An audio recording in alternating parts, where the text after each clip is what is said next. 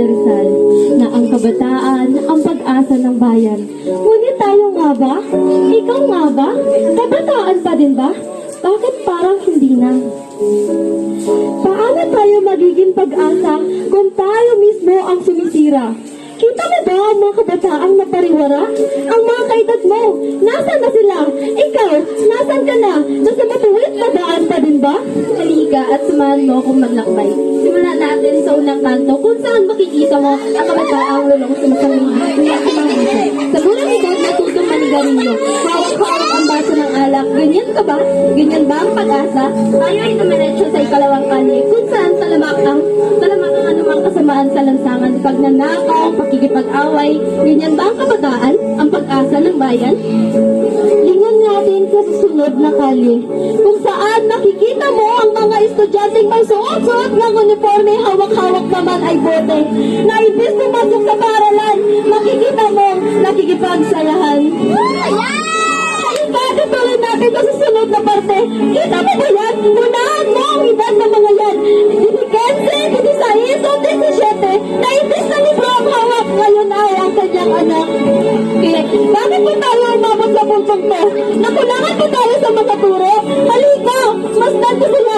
Tignan ko si nanay! Matanda na siya! Ngunit ikaw pa rin ang kanyang inaalala! Pagod na siya! Agit ka ba? Si nanay, mapagod mo dyan! Gagawa na paraan dahil ang nais niya ay mabigyan ka na magandang kinabukasan! Bakit hindi mo yung maramdaman? Kaya ikaw, tama na. Tigil mo na. Maraming nagmamahal sa'yo. Ano bang pinaglalaban mo?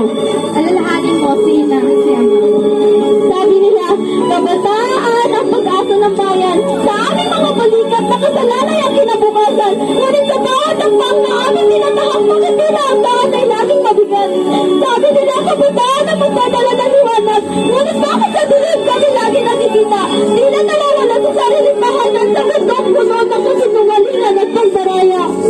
Ang mga aral sa eskwela ay hindi sapat o ang mga pader sa lipunan ay hindi mag-iiba. Kami sumisigaw, humihingi ng kalayaan, ngunit ang aming tinig ay nababaliwala. Oo, kami ang pag-asa, ngunit hindi ba't kailangan din ng pagkalinga? Ang kabataan, hindi mga makina, kailangan ng gabay ng patunawa ng pagkakataon.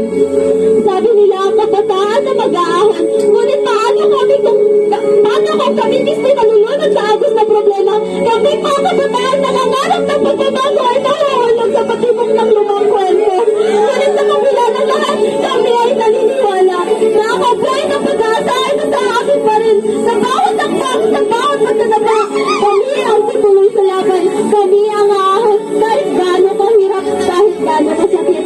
Sabi nila, kabataan ang pag-asa ng bayan. Sabi ngayon, sinasabi namin, kami ay handa, kami ay narito, handang